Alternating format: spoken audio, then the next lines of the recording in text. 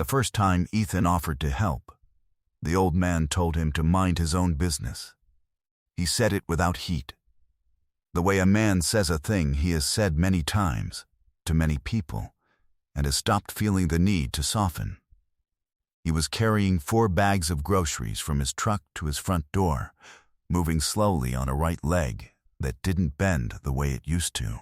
And 2 of the bags were slipping, and his keys were somewhere in his coat pocket, and the porch step had ice on it from the rain the night before. Ethan had come around the corner of the block on his morning walk with Cerberus, and had seen all of this from 30 yards, and had covered the distance in 10 seconds, and had said, "Can I give you a hand with those?" The old man looked at him. He looked at Cerberus. He said, "Mind your own business, son." Then he made it up the step, unlocked the door with his 3rd try, and went inside. The door closed. The bags made it. Ethan stood on the sidewalk. Cerberus sat down, not at Ethan's side, not in the position he defaulted to when they stopped walking. He sat down facing the closed door of the old man's house, in the deliberate, immovable way that Cerberus sat when he had decided something, and he did not look at Ethan. He looked at the door. Before we continue, tell us where you're watching from in the comments below. If this story moves you, please subscribe and stay with us until the very end. What that old man was carrying inside, and what it took to put it down, is something we believe you will not forget. Staff Sergeant Ethan Mercer, USMC, retired, was 37 years old and had the look of a man who had been a certain kind of person for a long time and was in the process of finding out who he was without the uniform. He was solidly built, just over 6 feet, with a face that was straightforward in the way of men who have stopped performing anything, not handsome in any arranged sense, but direct, with a broad jaw and dark blonde hair cut close out of habit, and eyes the color of worn denim. The kind of blue that is not striking but is steady, and that people found themselves talking to longer than they intended because there was something in the steadiness that felt rare. He had a scar along the left side of his neck, narrow and silver pale, from a ricochet in Fallujah in 2008 that had passed close enough to end things and had chosen not to, and which he had stopped explaining to people and started ignoring in the mirror. He had served for 13 years with 3rd Battalion, 1st Marines, 2 deployments to Fallujah, 1 to Ramadi, 1 to Helmand, and had come home for the last time 14 months ago with a medical separation for a lumbar compression that had been accumulating since 2015 and had finally issued its terms. He lived in Grantham, Idaho, in a rented house 2 blocks from downtown that had a yard Cerberus used and a porch Ethan used in the mornings before the cold made it impractical. And he had been doing veterans outreach work for a county nonprofit since September, visiting isolated veterans, connecting them with services, doing the particular work of knocking on doors that needed knocking on and sitting in kitchens that needed someone to sit in them. He was good at it in the way that people are good at the things they were built for, and he knew this was where he was supposed to be in the same dim pre-verbal way he had always known the things that were true about himself. He had not yet found a word for what the work gave him.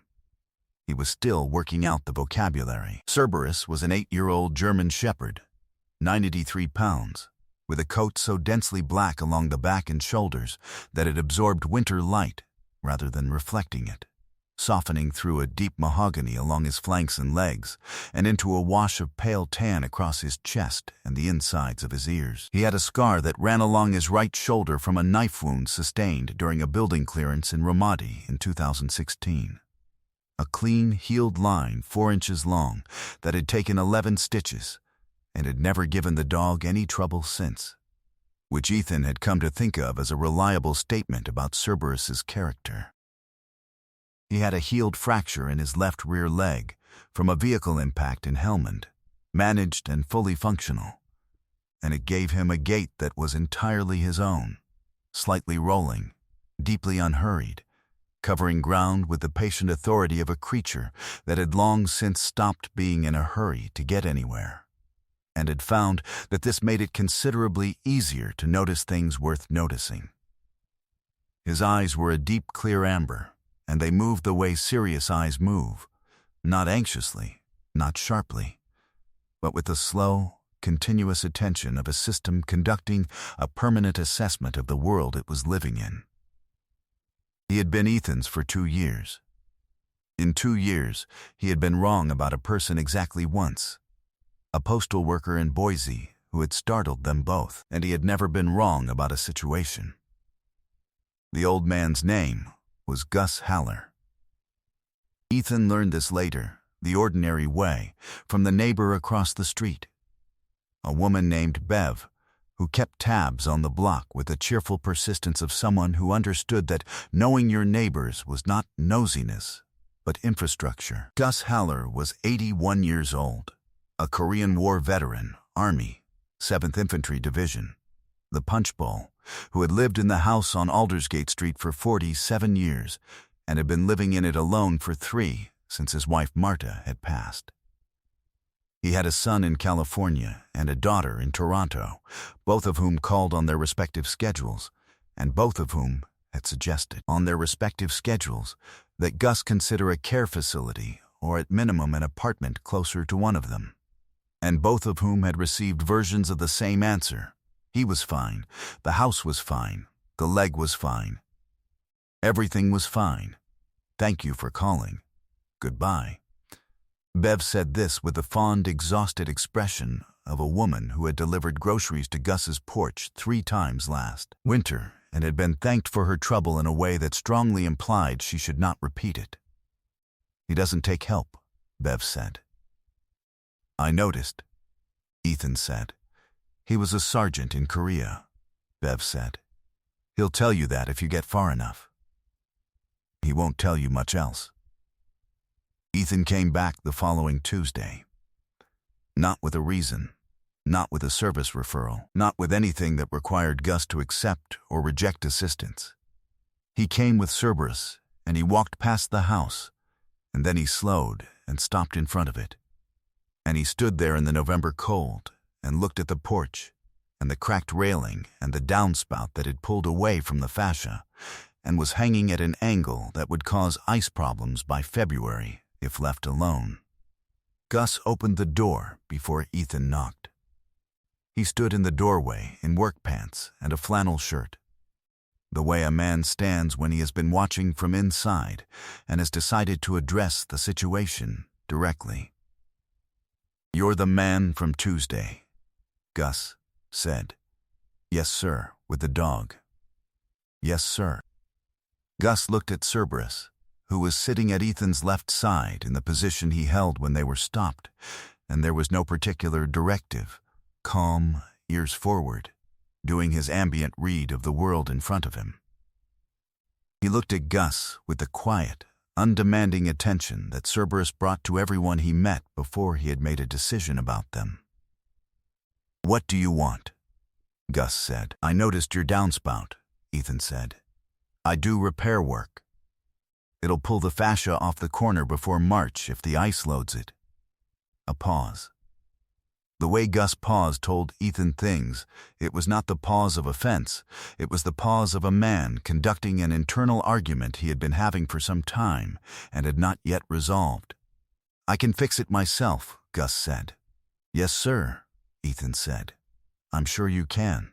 I have the brackets in my truck and nothing on my afternoon. The pause again. Longer this time. Cerberus stood up. He walked forward 3 steps, up the front path, and sat down in front of the porch step. Not at Ethan's heel, not circling back. He sat facing Gus in the doorway with the particular settled, weighted stillness of a dog that has made up his mind and is communicating this fact in the only language available to him, which is the language of not going anywhere. Gus looked at the dog for a long time. Something moved in his face, not softening exactly, but a rearrangement, the way a thing shifts when a different force has been applied than the one it was braced against. I'll put coffee on, Gus said. The fascia bracket took 40 minutes. Ethan worked, and Gus stood on the porch and watched, without offering assistance. Which Ethan respected as the arrangement it was. The watching was not passivity. It was Gus's way of being present for work done on his house, without the indignity of needing it done for him. Cerberus lay on the porch boards at Gus's feet during the work, and Gus looked down at him once and said nothing, and Cerberus looked up at him once and said nothing, and the porch was quiet except for the sound of the drill. The coffee was strong and black, served in mugs that were older than the decade, and they drank it at the kitchen table. Gus talked the way old soldiers talk when they have decided to talk. Not easily, not fluidly, but with the weight of someone who has been carrying something a long time and has chosen, for reasons he has not fully articulated to himself, to set down one piece of it. He talked about Korea. Not the battles, those he navigated around. The way you navigate around something you can see in the dark. But the cold in the Punchbowl sector in the winter of 1952 that had a quality he still occasionally woke up inside. That was not a temperature but a presence. The specific cold of a place that wanted you gone. He talked about the men he had served with in the way that old veterans always eventually talk about the men, which is obliquely at first, and then more directly as the coffee cools. He talked about a man named Torres, a corporal from Albuquerque, who had been the best card player in the company and the best shot in the platoon, and who had died in February 1952 on a ridgeline whose name Gus had looked up years later in a regimental history, and which turned out to be a name nobody remembered anymore, except the men who had been there. He did not talk about Marta, but she was in the kitchen anyway, in the curtains she had sewn, in the specific placement of the sugar bowl, in the way Gus touched the edge of the table when he stood up, as if confirming it was still there. Ethan asked about the 7th Division. He asked because he had done his homework after Tuesday, the Punchbowl, the Heartbreak Ridge assault, the casualty rates in that sector in the winter of 1952, and because he understood, from 14 months of veterans outreach work, that the most powerful thing you could give a man who had been somewhere most people couldn't locate on a map was the knowledge that you had looked it up, that his service had not been abstract, that someone had gone to the effort of knowing where he had been. Gus looked at him across the table when Ethan mentioned the 7th Division's winter position. "You know about the Punchbowl," Gus said. "I read about it," Ethan said, "after Tuesday." Gus was quiet for a moment. "Nobody reads about it," he said. "Korea, nobody reads about it. They read about the other wars." He said this without bitterness, just as a fact he had long since made peace with. The way you make peace with a fact by saying it out loud enough times until it stops having a live edge. "You were there," Ethan said. "That makes it worth reading about." Gus picked up his coffee. He didn't say anything, but the thing in his face that had rearranged itself on the porch rearranged itself again, and this time what it moved toward was less like resistance and more like recognition. The expression of a man who has spent 3 years being managed and has just encountered, instead, someone who is simply paying attention. Ethan came back the following Saturday. He had no repair pretext this time. He came with Cerberus and a bag of ground coffee from the shop on Main Street. And Gus opened the door before he knocked again, and this time he opened it wider. And this time he said, "You might as well come in." He came back the Saturday after that. And the one after that. In December, Ethan filed a referral with the county VA benefits coordinator on Gus's behalf.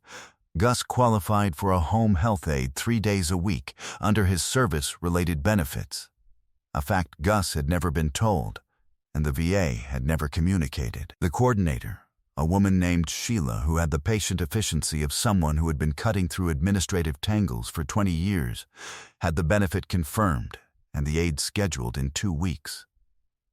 Ethan told Gus over coffee on a Tuesday. Gus said he didn't need an aid. Ethan said he understood.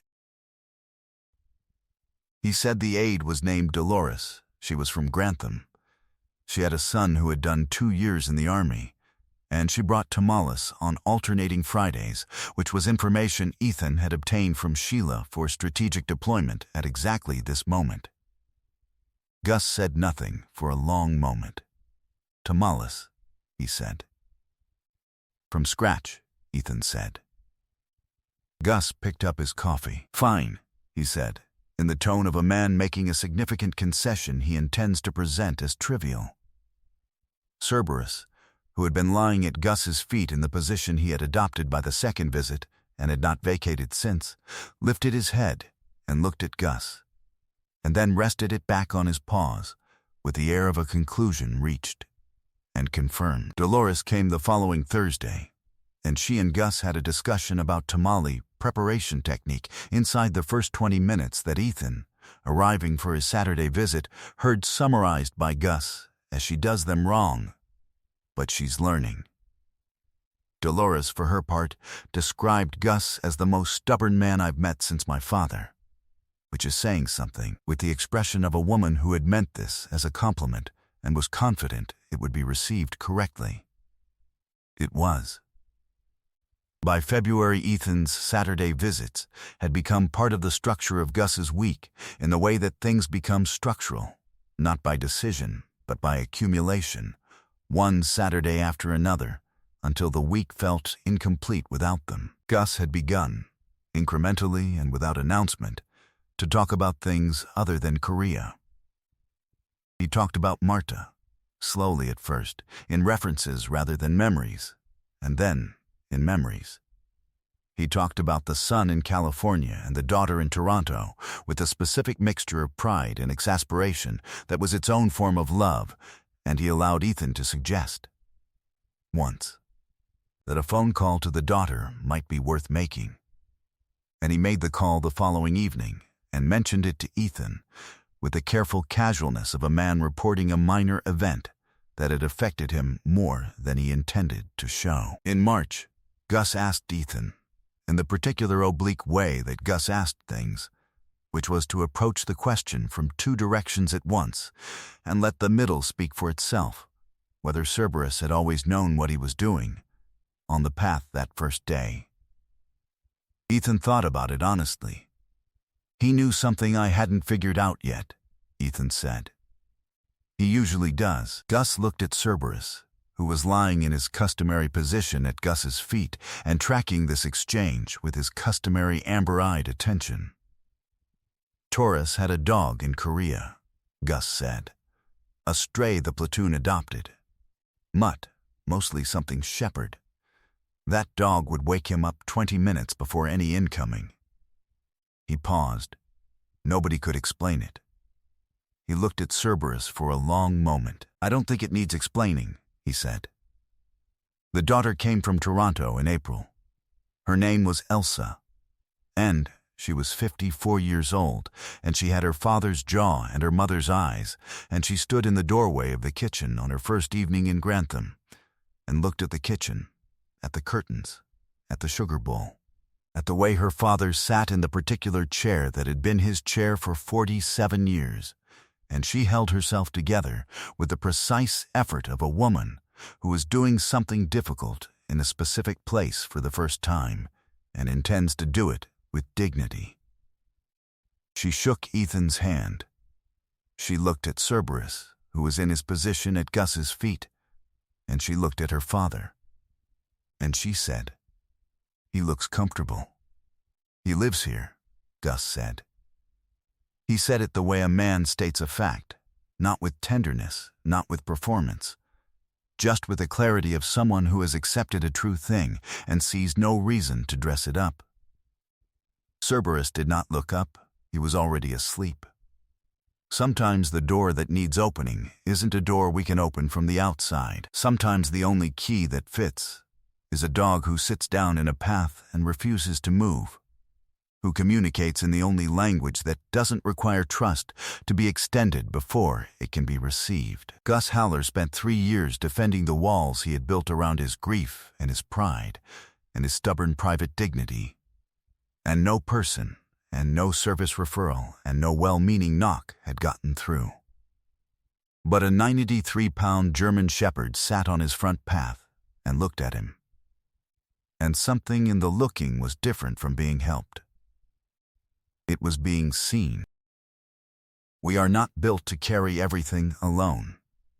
God did not design us for solitude without relief, and He did not design grief to be stored indefinitely in the house where it happened.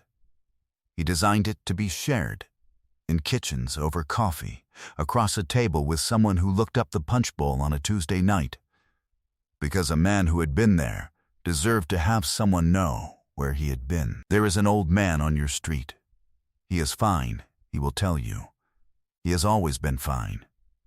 He is sitting alone in the kitchen with the curtains she sewed and the sugar bowl she placed and the silence she left, and he has not yet met the person who will sit down and ask about Torres. Be that person. Bring coffee. Bring a dog if you have one, and do not be discouraged when the door stays closed on the first day. Sit down and wait. The door will open. If Gus's story moved you, share it with someone who knows an old man like him. Someone who answers fine to every question and means something different entirely. Leave a comment and tell us where you're watching from. And tell us this.